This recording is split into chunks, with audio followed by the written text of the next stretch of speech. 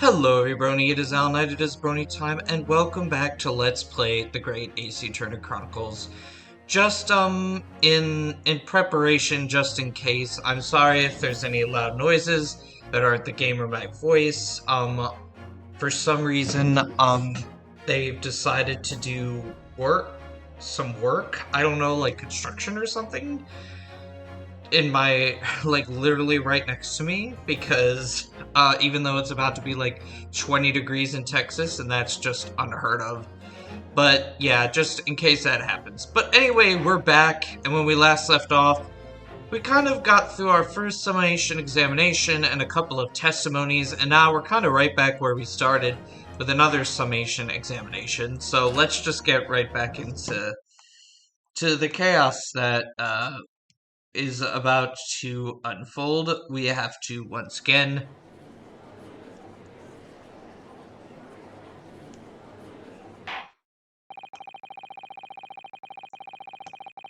I have considered the defense counsel's request for a further summation examination of the jury, and I have determined that the court must uphold the defense's judicial right to this procedure. So, counsel, you will now proceed with your second summation examination. I presume the jury is ready, Mr. Foreman? We are, my lord. Very good. In that case, I must ask each of you now to state clearly and concisely for the court the grounds on which you find the defendant guilty of this crime.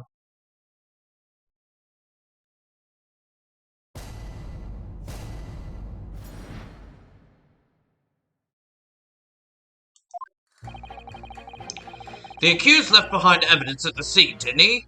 Those 3 books of his. If there was some novel alternative explanation about how the victim was stabbed, I might reconsider. Even if the woman was throwing books, it can't be related to this crime if the window was closed, can it? Dearie me, it was only a little book, hardly life-threatening, even with a direct hit. Look, I just want to get this over with. If I don't bring home some pay tonight, I'll be in a tiny bit of trouble. Come to think of it, we had a fire at home a while ago. It gave me the sneezes. Yes. Considerably more tangible arguments from all members of the jury this time around, it seems. With one notable exception, of course. My learned student friend was unable to find fault in the previous witness testimony. So the court must accept the fact that it was indeed the accused seen fleeing from the scene. And moreover, no one else was even at the scene to commit the crime. Well, if the eyewitnesses are correct, it would seem as if the conclusion is somewhat set in stone.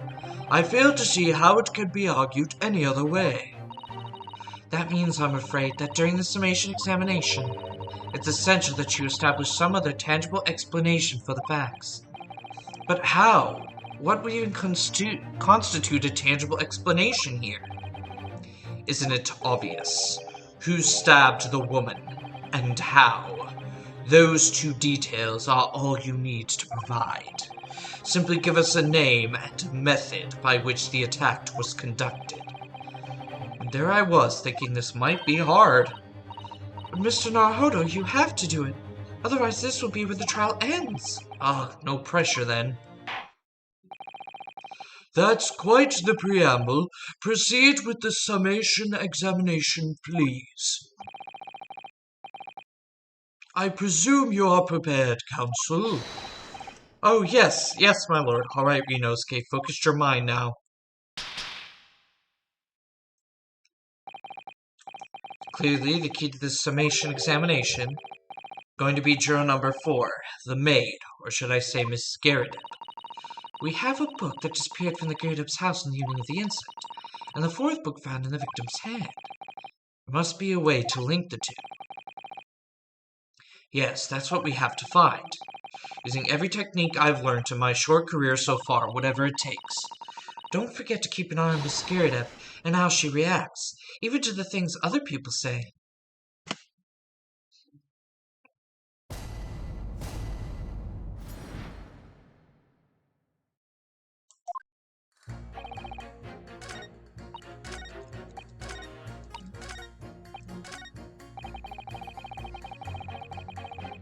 Hold it! Does that have anything to do with your decision about the defendant's culpability in this case? Sorry, what was that? You'll have to speak up, lad. Could you tell us more about that fire? It was last winter. My grandchildren baked me a lovely cake on my birthday. It had 75 candles on top, it did. What a sight to behold it was. You put candles on a cake? Was that some kind of devil worship?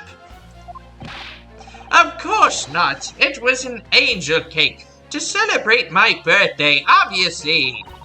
It seems that's common custom here in Great Britain, Mr. Naruto. Anyway, I mustered all my puff to blow them out. Only I must have blown wrong somehow. The flames didn't go out, but the candles went flying all over the room. The furniture caught and everything went off. The whole place filled with smoke. Definitely sounds like devil worship to me. And by the sneezes, I presume you mean a cold. But how did you catch a cold from a fire? What a fiasco it was. The grandchildren, bless them, threw water over me as they tried to put out the flames. And then, because the whole room had filled up with smoke, of course, we had to open all the windows to clear it. The windows? The biting winter air rushed over me like the devil dancing on my grave, it did. I caught a terrible cold from it. It put me in hospital for a while. I won't forget that birthday in a hurry. I knew it was devil worship all along, but something about this old man's story is playing on my mind for some reason. We need to demonstrate who, apart from Mr. Atsume, could have attacked the young woman on the street, as well as how he or she could have done it. Yes, but once again, the jurors' statements are full of personal prejudice. A lot of them seem convinced they're right, even in the face of logical arguments to the contrary. I think you're going to need to pit them against each other to force them to accept an alternative explanation. Yes, divide and conquer. Brilliant idea, Susato. It always works. I don't necessarily need to find contradictions between their assertions. Just a connection might do the trick. Alright, I'll see what I can do. If anything stands out, I'll go in for a strike. That's the spirit?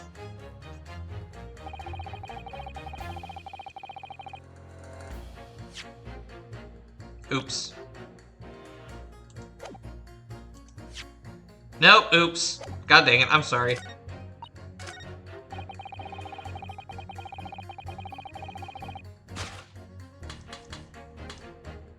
Objection! These two juror statements clearly contradict one another. They do? How exactly, counsel? Don't point at me again. I told you it wasn't me. What's that you say? Speak up, lad. Speak up. Juror number 3, do you see? Oh, me? See what, sir? Did you hear juror number 6's account of his birthday celebrations last year? It seems, despite being a Londoner, he once opened his windows in the middle of winter. Well, yes, of course, because it was an emergency. I mean, obviously, if the room was filled with smoke from a fire, then you'd be mad not to open that. Oh! Exactly. On the day in question, at the time of the incident, there was a fire in the Garrideb household. Mr. Garrideb had the following to say about it. The whole place filled with smoke. Oh my! Oh my hat! Excuse me!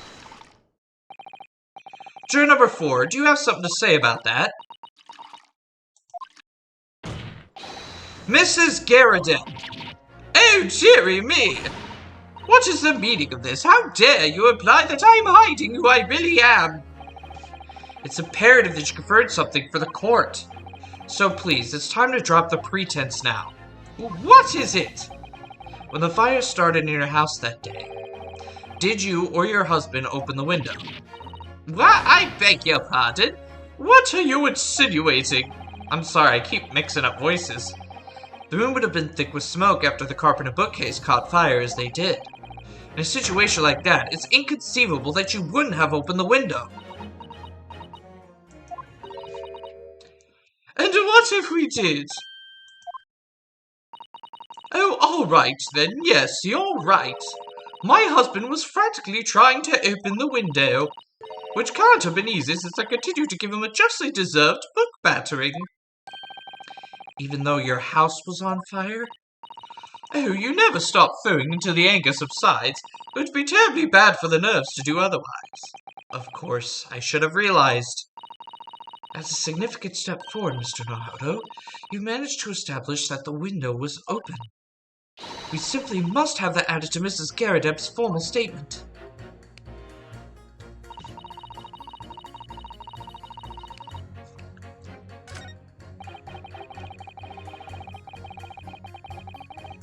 Hold it! You just want to get this over with. How can you sit there and say something like that? A man's future is at stake here. Well, him and me both then, like I said before. What?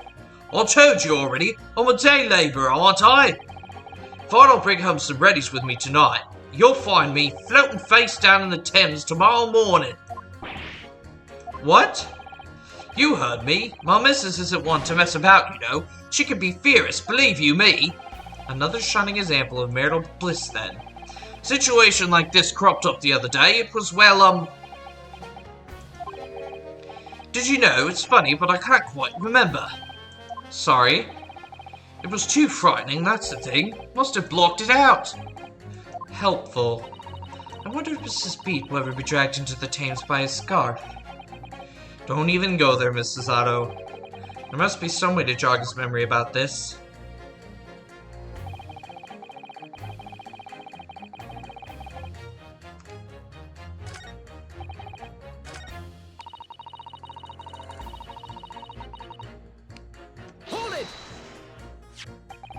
The fourth book found at the scene of the crime shows very obvious signs of fire damage. And the title of the book is The Lion's Pride. The same title, in fact, as the book that Mr. Garrideb told us he had been reading. Well, I really couldn't say. On the day in question, did you or did you not throw at your husband the copy of The Lion's Pride that he had been reading? I did. It was the first thing I could lay my hands on, so I hurled it straight at him. And now you come to mention it, yes. He was rather enjoying reading it, you're right. Why did you not reveal this information to the court from the outset? Because I couldn't, you insolent little man. I didn't remember. At times like that, you pick up and throw whatever you can lay your hands on, as you well know. I really don't. I barely noticed I was throwing a book, much less the title of it. Excuse me. What is it, juror number 5? You know something? I've remembered what it was. That memory I'd blocked out. Ah, it was listening to what is that supposed to be I or is it supposed to be slang? It was listening to what this granny was saying. Brought it all flooding back. Who are you calling a granny, you cheeky devil? I'm Mrs. Garrideb, or the maid, I'll have you know. The man doesn't even flinch. Please tell me that's not because he's used to being hit all the time. It was about 2 weeks ago now. I just got back home after work like. I put my hand in my pocket for the wages I just earned that day, and I nearly died. There was a hole. Every last penny had dropped out.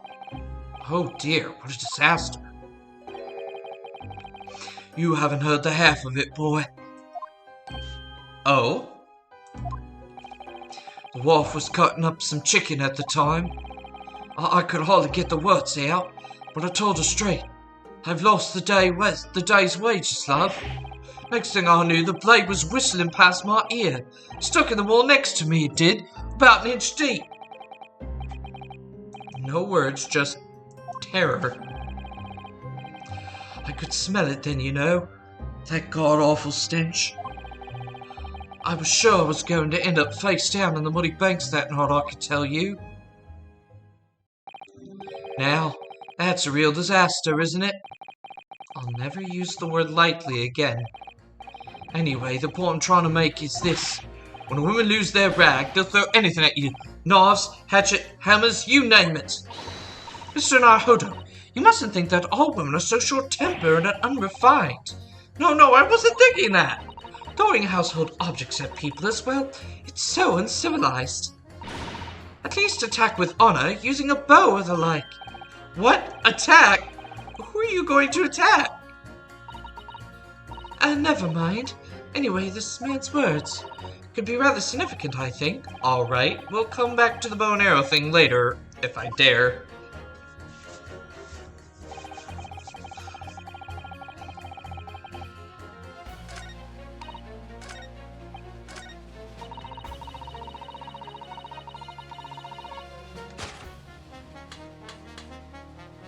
Objection! These two statements clearly have a deeply significant connection. Good grief.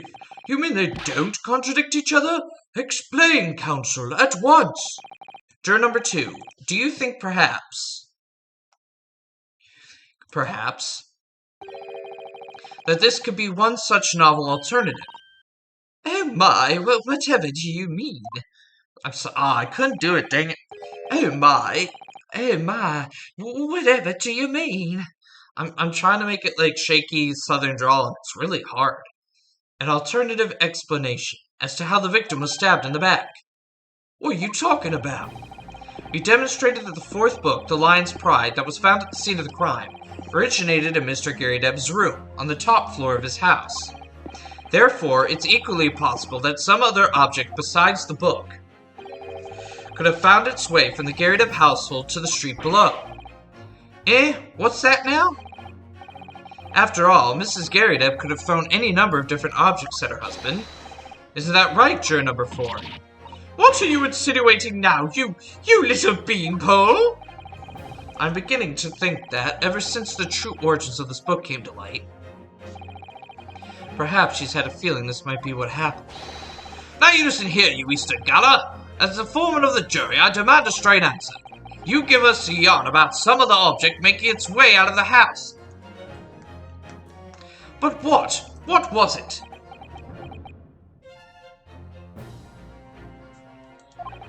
I'm really taking a big gamble here. That was a bold accusation to make, but I haven't any real evidence to back it up. But I'm certain that at the very least, this warrants further investigation. Alright, Mr. Foreman, I'll try to explain the defense's theory. The other object that found its way from the Garrideb household to the scene of the crime was... Take that!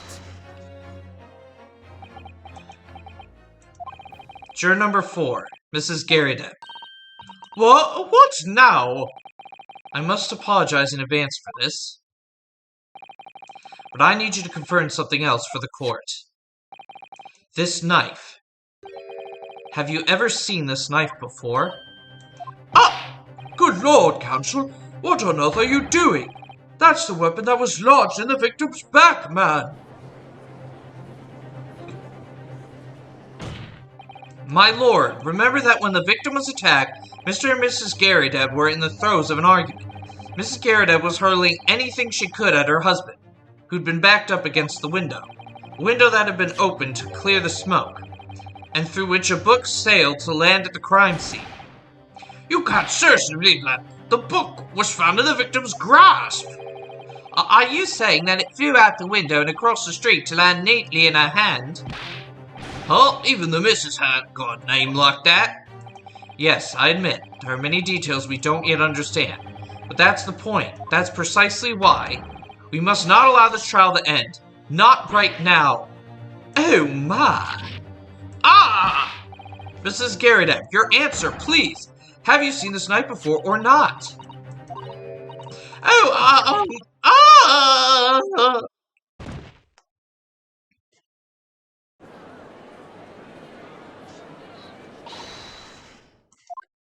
My lord, I wish to change my decision. I'm a woman of my word, after all. Thank you, madam. Yes, I agree. I certainly didn't see this coming, but I just don't think it would be right for this trial to come to an end with so many unanswered questions. Mr. Foreman? Well, I have to agree. Nor that I think the granny did it, mind.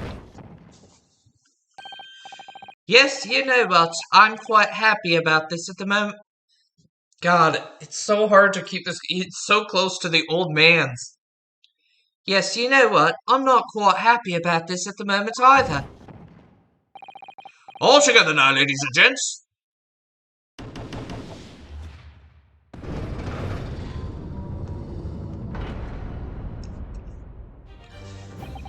We did it. Oh, congratulations, Mr. Naruto. So, as a result of the defense's summation examination, a number of jurors' leanings have changed. 2 jurors called guilty against 4 now calling innocent. Accordingly, the opinion of this court is divided, and this trial will continue.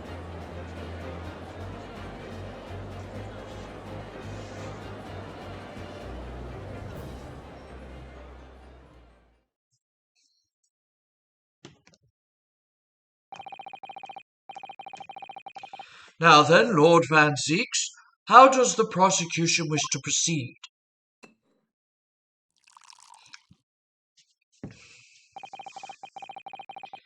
This trial is rapidly descending into a farce.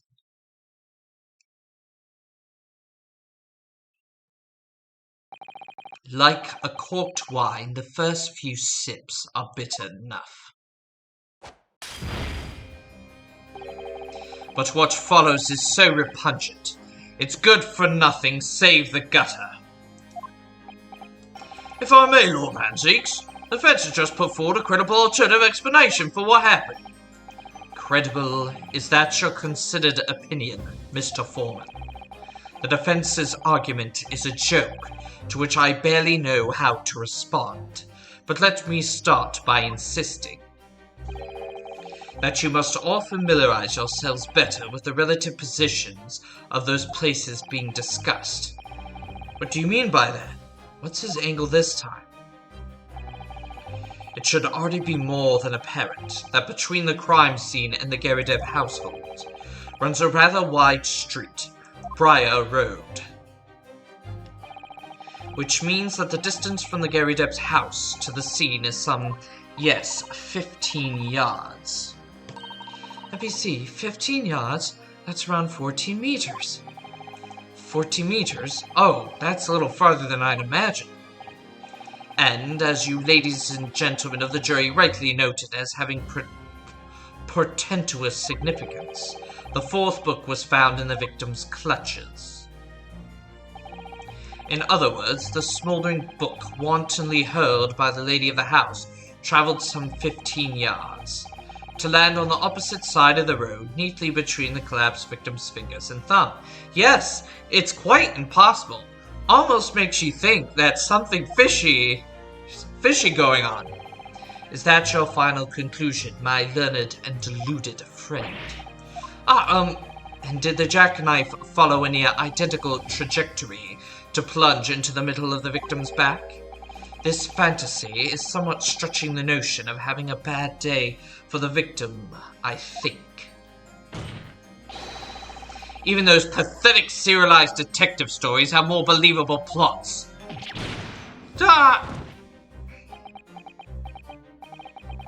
There's nothing I can say to that. That prosecutor loves the sound of his own voice. Mrs. Otto, serialized detective stories are pathetic, are they? How dare he? Maybe let's pick our battles here. My lord, might I be allowed to speak? As judicial assistant, you may speak for the defense. Yes, go ahead. The prosecution may consider the idea a fantasy, but what the defense has postulated was believable enough to persuade the jury to change its leaning. and as such, the court has a duty to explore this alternative explanation as thoroughly as possible. To that end, Juror number 4, Mrs. Joan Garridebs, must be called to testify and submit to cross-examination. Sakes alive! A cross-examination of a juror?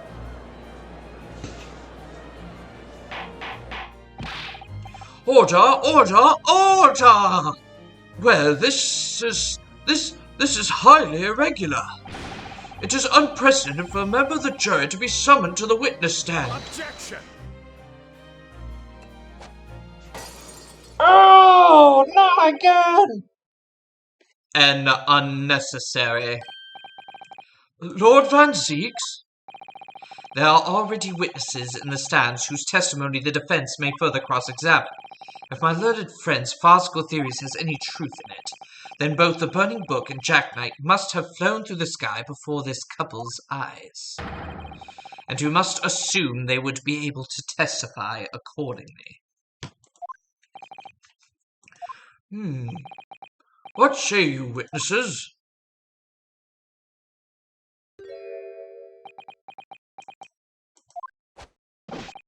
Yes, sir. Constable Royley Beak reporting for duty, sir. Well, good morning, officer. Sorry for dozing until now, sir. I haven't slept for a month on account of a villain who's appeared on my beat, sir. Oh, they're so heroic, these London bobbies. Patricia, my darling, I've been neglecting you, but no more. Oh, Rolly, my hero, you make me swoon. Very well. I hereby reject the defense's request. And order the witnesses in the stand to testify again. State forthwith before the court any details pertaining to the defense's alternative explanation of events. Yes, sir.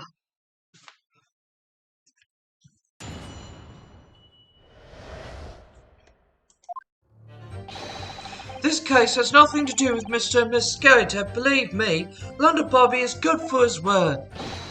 You see, sir, the windows on the top floor of the Garridebs house are top-hinged casements. Obviously, if anything had been thrown from the window, we would have seen it. I did leave the scene to go and fetch help, but my trusty Rolly was there to make sure nothing was disturbed. I didn't take my eye off the crime scene for one moment, sir. Nothing strange to report on that front, sir. Well, this is quite startling. Top-hinged casement windows? That detail was not in the police report, Constable.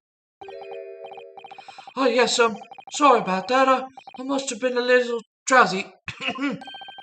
You cannot excuse your sins with drowsiness every time, Constable. No, sir.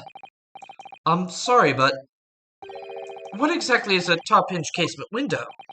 And you cannot excuse your ignorance with such trite remarks, my learned friend. Of course, sorry. I found it, Mr. Narhodo. Cast your mind back to the windows of Mr. Garridebs' room. All right, I'll try. So the window opens in order to allow air to circulate inside the house. But as it's a top-hinged casement window, it swings open along the upper edge, you see. I'm glad you've rectified your ignorance. A casement window's most prominent feature is its stay, a metal bar which prevents the window from being opened beyond a certain amount. It prevents its opening. This is all news to me. Absolutely correct, sir. In other words, if a book or knife were to have been thrown through the open window, it would have clattered against the pane and fallen straight down to the pavement below. No. You see the problem then? Good. Your education in windows is complete. There was never any possibility of either the book or the knife traveling 15 yards over the road. That is, unless the window pane had been shattered. Something we've discounted already. But that can't be! Did you see that, Wooly? That young Japanese just collapsed in agony. Agony? Oh, yes, Ma, darling. I saw it. I saw how he crumbled before me. Oh, Rolly, you're so strong. How is this happening? I haven't even started the cross-examination yet, and already my argument's been destroyed. Counsel, if you could drag yourself upright again, the court awaits your cross-examination. My lord. Oh, good, another desperate situation.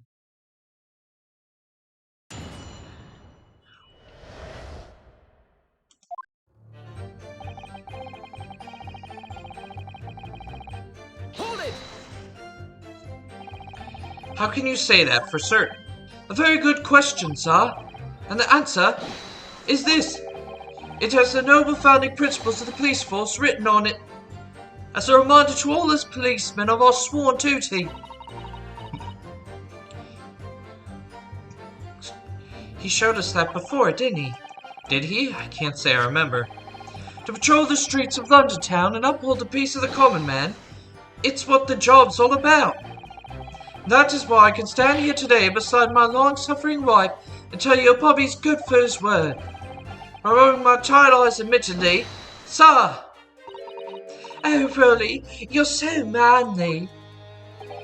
Of course I am, my darling Patricia.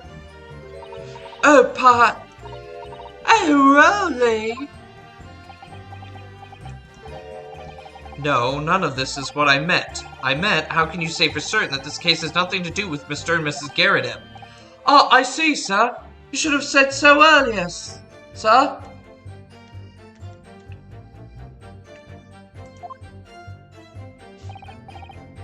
Yes, well, so could you answer the question? That was a waste of time, then. Absolutely, sir. I'll answer to the fullest of my ability, sir. There's a surprising reason why Mr. and Mrs. Garrideb domestic dispute can't be related to this case. But before I get into that, sir, just one thing. Yes. I'd very much like you and all your countrymen to understand the great British institution of Scotland Yard. So I hope to take back some tales of us London bobbies and how we uphold our guiding principles. I wasn't planning on going back just yet. I've only just arrived here. So to that end, sir, I'd be happy to lend you my warrant card for your perusal, but I must warn you, you won't be able to go through it without shedding a few tears. Thank you. I'll try.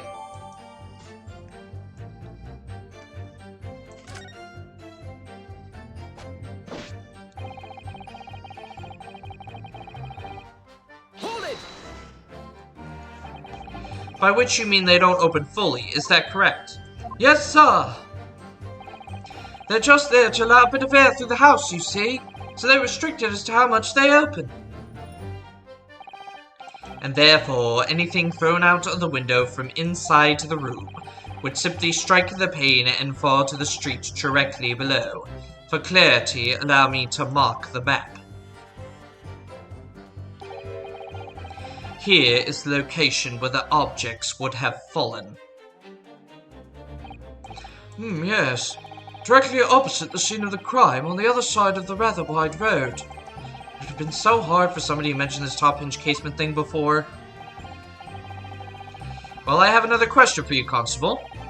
And what would that be, sir? How do you even know?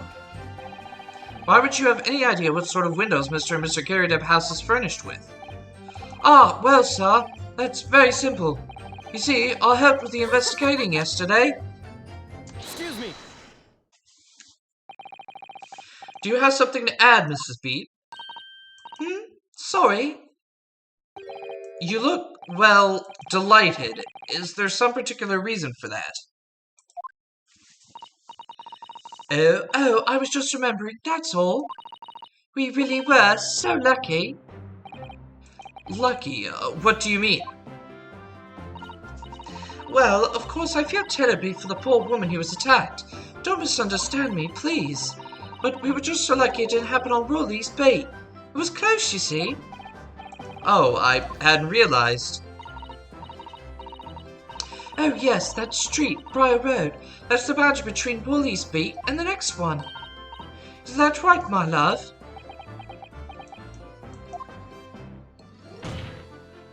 Constable Beat. Oh, yes, that's right. That's the reason I was helping out with the interviewing the occupants of the Garrideb household yesterday.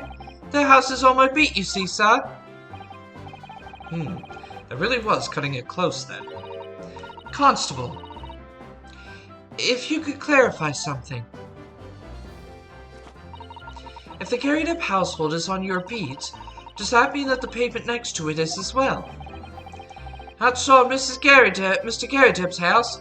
Yes, ma'am. The pavement on that side of the road is part of my beat. I see, I was unaware of that. Just think, if the woman had been attacked just on the other side of Briar Road, we would never have been able to go for that meal to celebrate our wedding anniversary. But that's the life of a Bobby after all. Extraordinary people are Bobbies, tirelessly working for the benefit of all Londoners. Do you know what I think? I think it was the good Lord's way of rewarding my Rolly for all his hard work. Don't you think so, my darling? That must be it, Pat, my love. That must be it. I think perhaps we should make sure we have the information officially on record. Leave it to me, Mr. Naruto. I'll take care of it immediately. Now it's my turn, I think.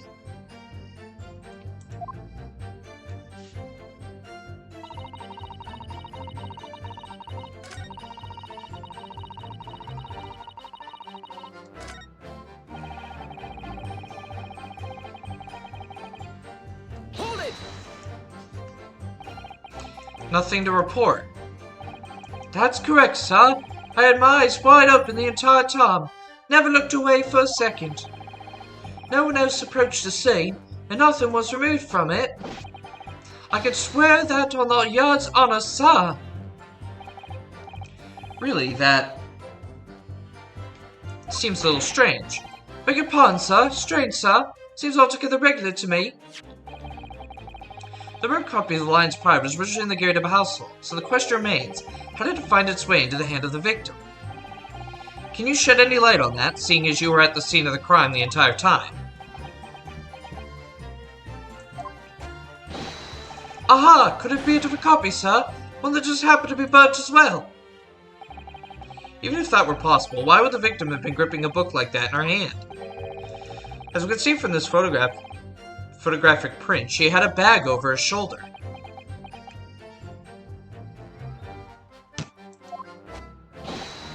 Well, sir, that book was in the lady's hand from the moment we arrived at the scene. Is that so? There's something about this statement that's not sitting right with me. The two mysteries of how that knife ended up in her back and how that book ended up in her hand. There must be some common thread between them. Can I ask you something? Please, Mr. Lawyer, sir. Oh, yes, of course. What is it? You're doubting us, aren't you? I can tell. What? I wasn't really, what's she doing? Please, just because I'm a woman, it doesn't make my testimony any less valuable.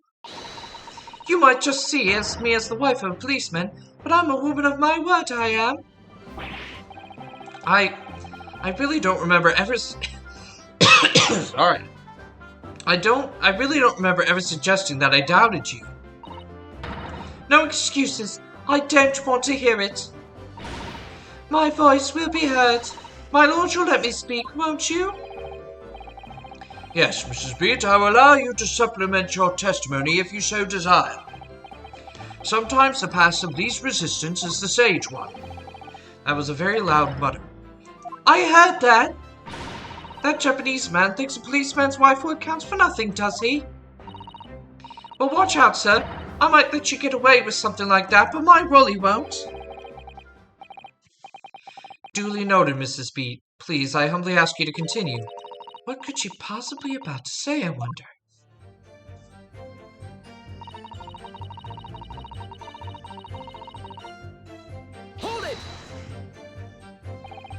Mrs. B, nobody is questioning what you told us. I saw it, I did. That evening, I saw it clearly. That little Eastern man with the whiskers and the funny curved back slinking away from the scene. And I know what I didn't see as well. I didn't see any flaming books or knives flying through the sky. All very clear. You also mentioned something about having a poor sense of direction. Oh yes, well, that's a little embarrassing, really. I'm always ending up in the wrong place when I made arrangements to meet Rolly. He gets ever so cross. Excuse me. Constable B, is there a problem?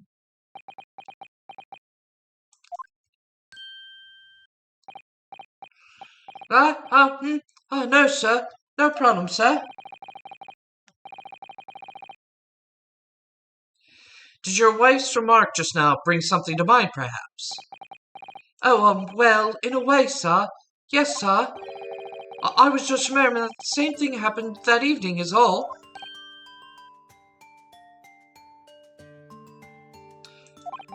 You mean Mrs. Beat lost her way on the night of the incident? Well, you see, I sent her up to find a police box in the next beat over from mine. But she was gone a fair bit longer than what I was expecting. I thought she'd be back beside 10 minutes, but my darling was gone a good 15. Oh, really, you're such a tease. But the reason I was so long was because of the bouquet, silly. The bouquet? Sorry, what bouquet are you talking about? Oh, it was a present for our wedding anniversary. Rolly's so romantic. He saved up for it with farthings and halfpennies he found in the gutter while doing his rounds.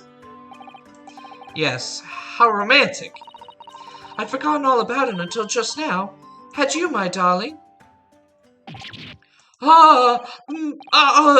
Yes, but that was just between us. No talking about to anyone else, darling.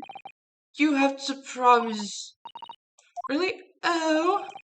What was that all about? Constable Beat looked very obviously troubled during that exchange. I'm afraid I can't offer any useful insight, Mr. Naruto. But I'm quite sure of one thing. We have to ask Mrs. Beat about the bouquet. Mrs. Beat, this bouquet you just mentioned. I'd like you to add details about it to your testimony, please. Oh, really? Yes, I'd love to.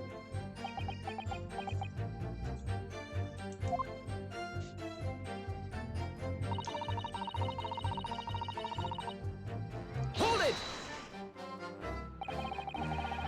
You mean you dropped the bouquet at the scene of the crime?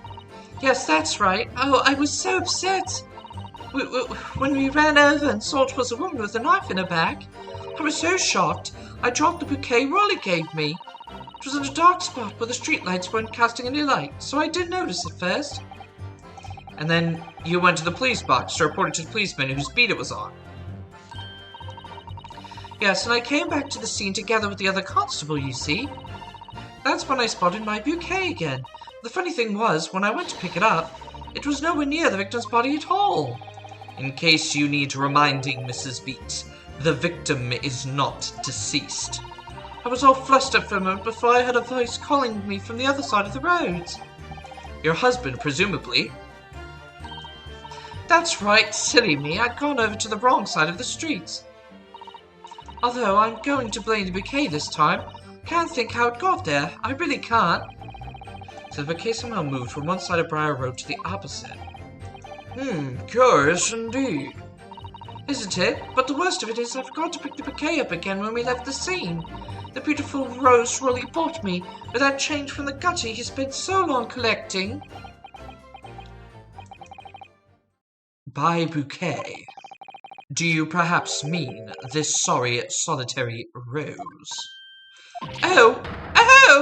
Yes, that's it. That's the bouquet Rolly bought me for our anniversary, with old bits of change he found in the gutter. Maybe just call it a rose. Tell us, Lord Van Zieks, where did you come by the flower?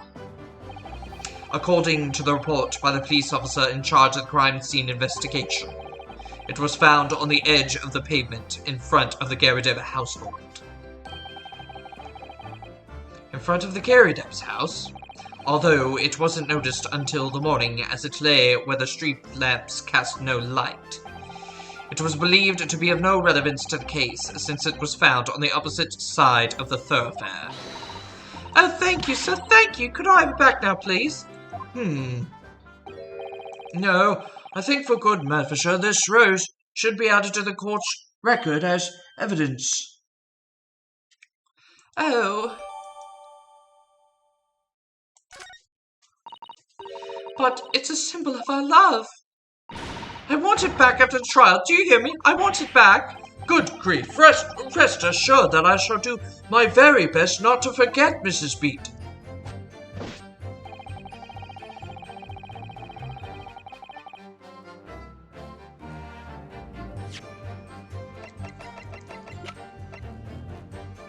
Objection!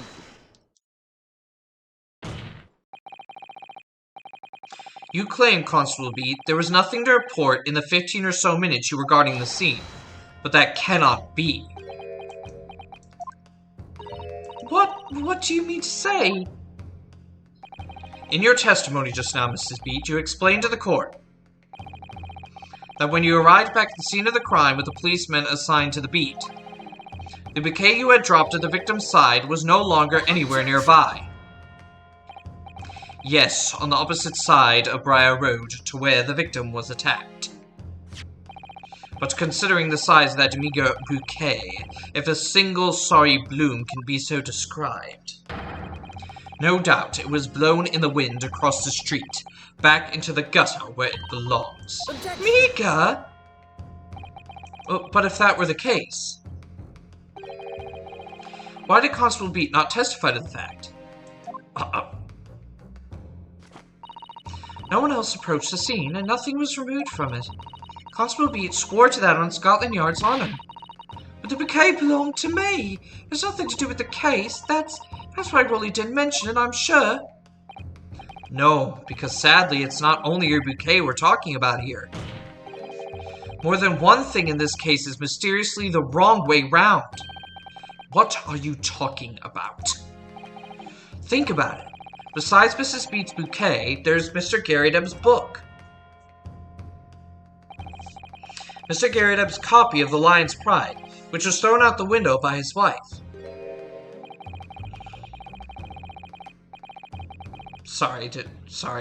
Did I miss something? By his wife. Would have struck the pane of the casement window and landed here, on the west side of the street. Oops. And yet,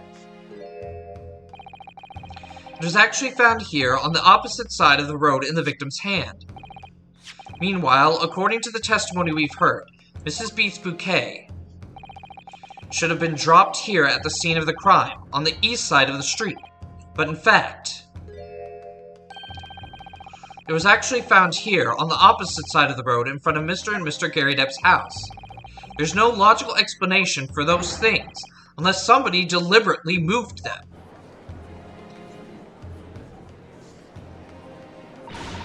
What are you trying to say? The way you're talking, it sounds like you think my Rolly's done something wrong. Don't you listen to a word that scrawny lawyer says. Wittering on about books and bouquets. Why should we care? It's nitpicking, that's what it is. Oh, good. Mrs. Garrideb's come around. You might call it nitpicking, Mrs. Garrideb. But deliberately meddling with the scene of a crime is a criminal offense. It's called, tampering, Mr. Naruhodo. But the person responsible for this tampering cannot admit to it, for a very subtle but compelling reason. Tampering, you barely heard the term before. Tell us, my learned friend, who could possibly have had cause to carry out such elaborate deception. Yes, there is someone who tampered with the scene of the crime that evening. All the evidence and all the testimony points to that one particular person. Counsel, I must demand that you substantiate this conjecture. Who are you saying is responsible for tampering with the scene of the crime? Rolly Beat, who's only 20. Oh my god, she's 21, he's 23. Take that! Obviously, there's only one person it could have been. Constable Rolly Beat, it was you! What? Sorry. Sometimes when I get intense, my voice is like, ah! What? A policeman? A member of Scotland Yard? What nonsense! Why'd my Rolly do something like that? There's no one straighter than my husband. No Bobby works more tirelessly for the people of London. Mrs. Beat, you said in your testimony that your husband asked you to go to a nearby police box to fetch an officer on duty. The 15 minutes you were absent from the scene is the only opportunity anyone had to tamper with it. You're making it up. It's all nonsense. It's all lies. What about the Japanese man with the whiskers? I bet it was him. He did it. If that was true, Constable Beat would have seen him do it. Oh. And forgive me for pointing it out, but when you dropped your bouquet, Mrs. Beat, it was after the defendant had fled the scene. Well... Objection! First you make accusations about the landlord and his wife, and now you incriminate a policeman as well. But your accusations lack one very important thing. You claim the crime scene was tampered with, but that is the only reason anyone would commit such a reckless crime, to hide something. That's right, he's right, but my husband and I just happened to be there, that's all. So why would he have anything to hide? It doesn't make sense. You've offered no motive for this alleged tampering, and until you do, your accusations are nothing but empty threats.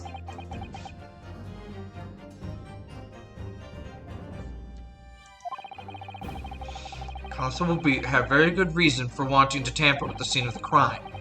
That's the key to this entire affair. Mr. Naruhodo, have you managed to solve this mystery?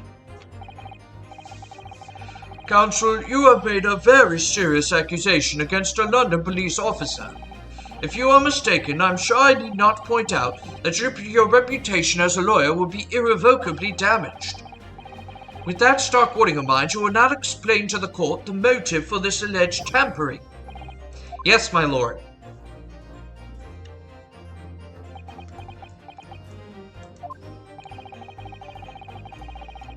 Constable Beat's motive for tampering with the scene of the crime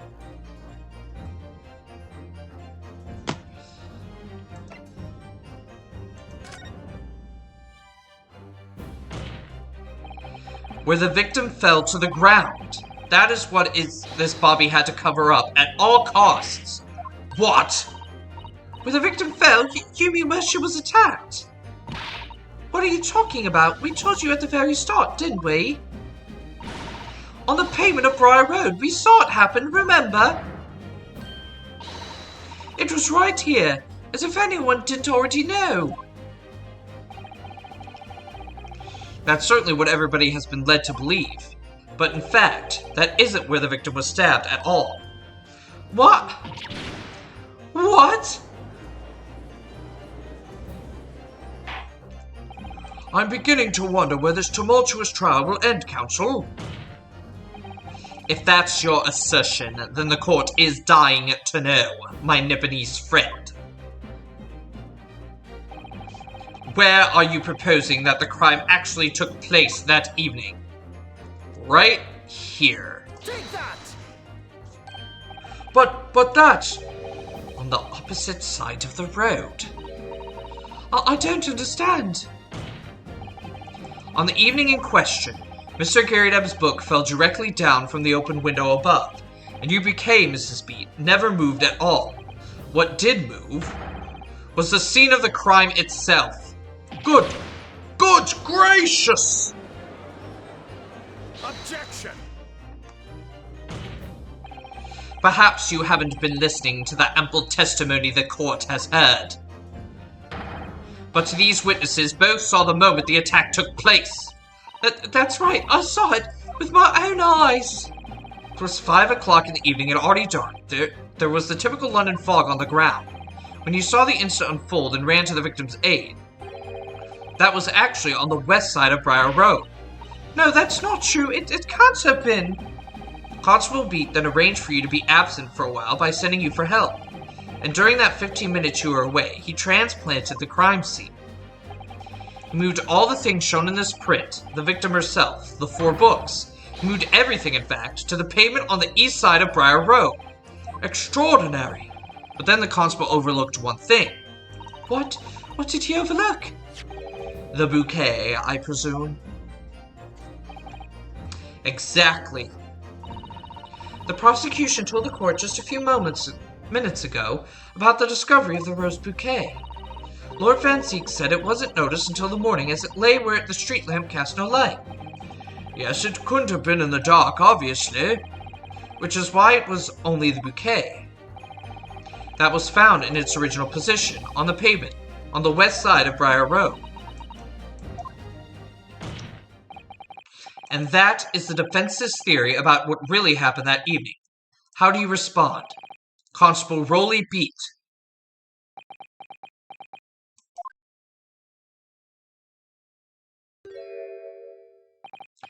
Well, I'm very sorry. I didn't mean to nod off again, but I haven't slept properly in a month. Did I miss anything important? Oh, Rolly, it isn't true, is it? What the lawyer said is all lies, isn't it? I know it is, because you're the most upstanding, righteous man I know.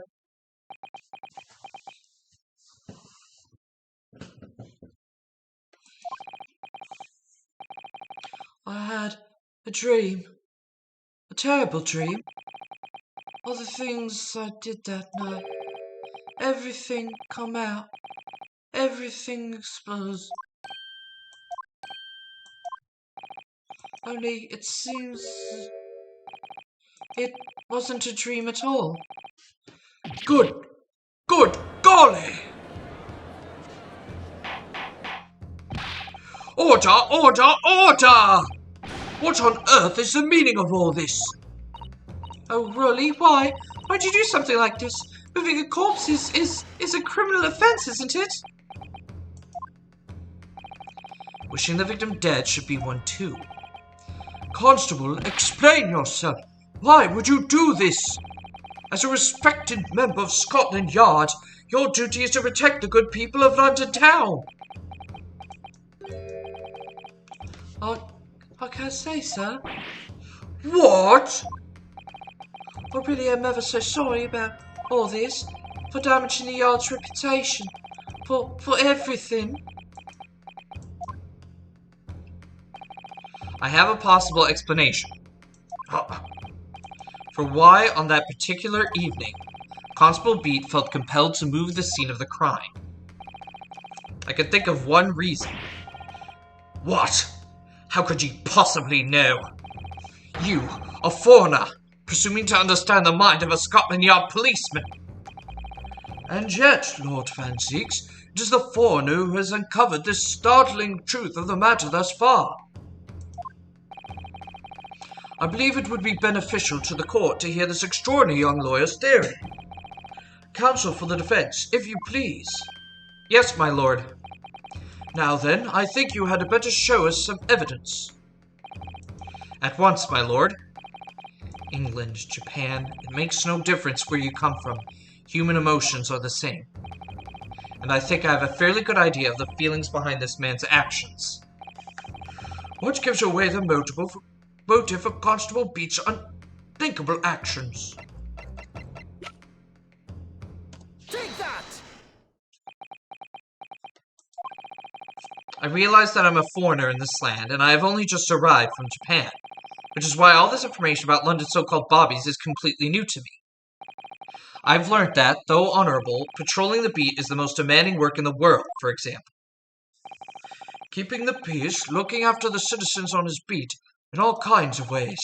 There's no doubt that the young bobby is charged with a great deal to do each day, certainly. But for Constable Beat, the day in question was special. Special? How? On account of this bouquet, my lord. Oh yes, it was her very first wedding anniversary. Constable Beat had worked so hard to be able to afford the simplest gift for his wife, and was so looking forward to taking her out for a celebratory meal. When he and Mrs. Beat stumbled upon a crime along Briar Road. When he saw that shadowy figure through the fog collapse on the pavement ahead of them, what must have gone through the man's mind?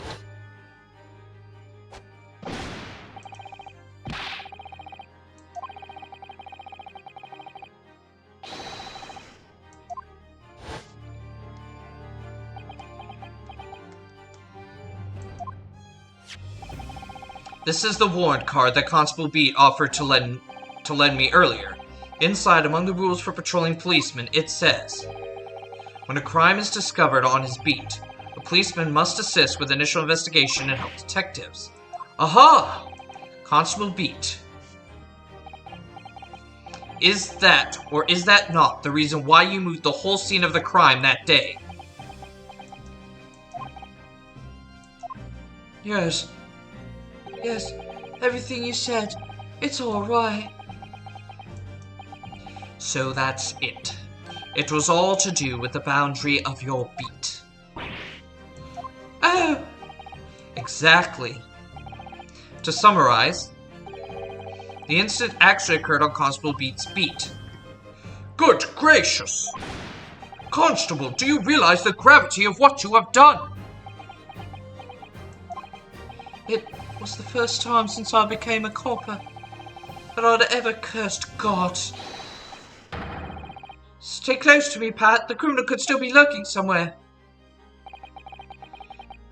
As we ran over to the scene, I had every intention of doing my duty as a police officer. We got to report this to the station as quickly as possible. But then it dawned on me. I realized where we were, where the victim was lying, and that meant for me. When a crime is discovered on his beat, a policeman must assist with initial investigations and help detectives. Why here? Why did this have to happen here? And why tonight? Of all nights? Why?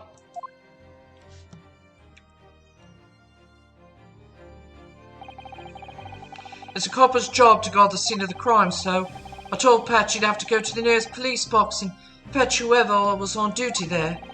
It was then, when I opened my mouth to speak, it just came out. I couldn't believe the words that were coming out of my own mouth.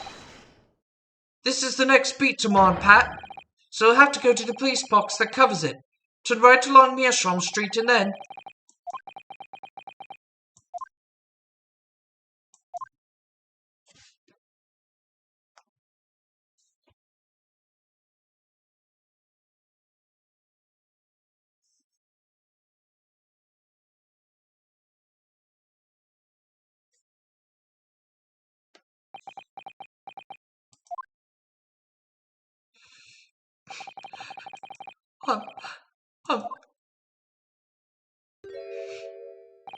I'm sorry. I'm so sorry. Oh, Constable.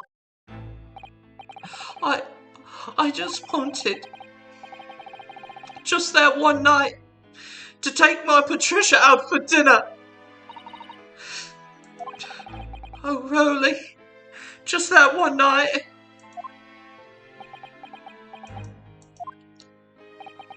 You knew that if the incident was on your beat, your evening of celebration would be ruined. And so you decided to move the entire crime scene outside your jurisdiction, just across the street, to the east pavement of Briar Road, which falls under the neighboring beat's care. You see, I thought... Well, I was sure the victim was dead, you see. I beg your pardon? Oh, of course he did. Otherwise my Rolly would never have left the poor woman on the freezing cold pavement. Ah, I see your meaning now. But God got me back for my sins, didn't he? That's why Mr. Rose I bought for Pat. Oh no, Rolly, that was all my fault. I should never have dropped in at such a dark place. I'm so sorry, Rolly. And you can tell us, Constable, how many books did you move from the one side of the road to the other in total? 4 it was. Yes, sir. Definitely 4.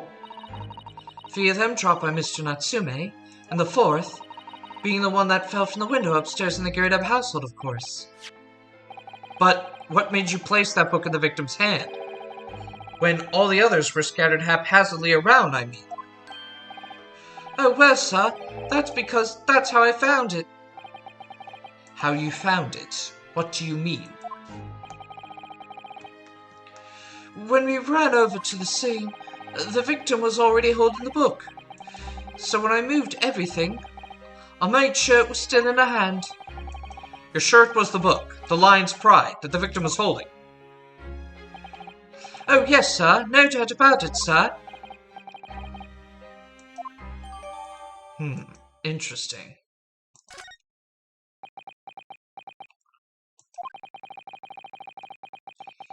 I thought it was an open and shut case at the time, you see. There were only 2 people at the scene, and Pat and me both saw it happen. However which way you looked at it, it had to be the fellow who ran off who'd done it, I thought. I couldn't see the harm, really. I didn't think moving it all over the road would make a jot of difference. I suppose this is it for me now. I've had it. My lord. Yes, Lord Van Zieks. I believe that concludes the cross-examination of the witnesses. And with that conclusion, alas, I do have to end it here. We've gone about 6 minutes over. Yeah, we're so close to the next part of this trial. I mean, not the next part, but the last testimony. But like, I can't have this go any longer. We're gonna end up going an hour and a half again. So, thank you all for watching. Please leave a like, comment, and subscribe to Brony Time for more content, especially more of the Great Ace Attorney Chronicles. Please also make sure to share this video far and wide so more eyes can fall on this series and more people can join us. And I will see you all next time.